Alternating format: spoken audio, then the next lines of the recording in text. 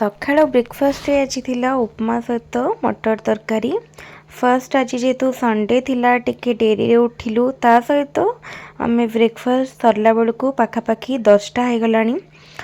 तापरे लंच पाई preparation start हो गला। लंच रे आज पूरा प्योर भेज बिना पियाज रसुन रो गोटे प्लेट करिया पाई प्लान थिला।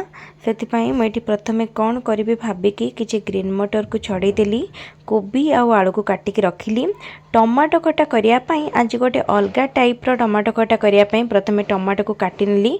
अल्प किछि पानी, तेंतुड़ी रस, गुड़, कस्तूरी मेथी, हेंगू, जीरा गुंड, कंचा लंका, अदा कोरा सबू देई ताको भल भाबरे चकटी देली। किछि लूण देइथिली।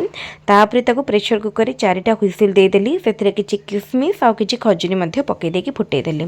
तो बहुत बढ़िया लगला ए भलिया टमाटो खटा। एथिरे को ठोपे भी तेल आड ही नथिला।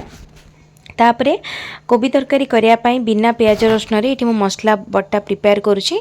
मसला रे एठी मु गोटा धनिया, गोटा जीरा, तापरे गोटे पानमहुरी, किछि गोलमरीच, दालचीनी, गुजराती, सुखिला लंका, 5-6टी काजू, ता सहित टिके अदा नहीं।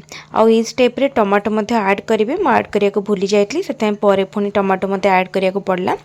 तापरे एटी देखंतु ए टाइम भितरे टमाटो पूरा सिजिकी टमाटो खट्टा रेडी हो जाइछि। बढ़िया बास्ना भी आसुतला।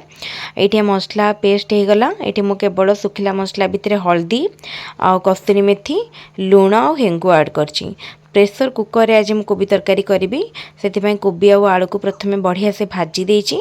ताकू आदो भी सिजेबेनी, खाली भाजी देबे। तापरे सेही पैन रे ही माने सेही कुकर रे ही डायरेक्ट ता ऊपर मसला पेस्ट को पके देबे। आउ एक्स्ट्रा तेल मध्य किछि दबा दरकार नै। एटा पूरा कम तेल रे हे जिवो। मात्र गोटे चामच तेल रे कोबी तरकारी रेडी। तापरे से मसला पेस्ट दे टिके भल कि फ्राए करी पानी दे गोटे हुइसिल मार देबे। मु जेहेतु 2टा हुइसिल दे देथिली मोर टिके अधिका सिजी गला कोबी। तापरे एठी मु दळा खिचड़ी करिया पई मुग आ अरुआ चाउल को फाळ मुग आ अरुआ चाउल को धोई की भल भाबरे छांकी की नेछि।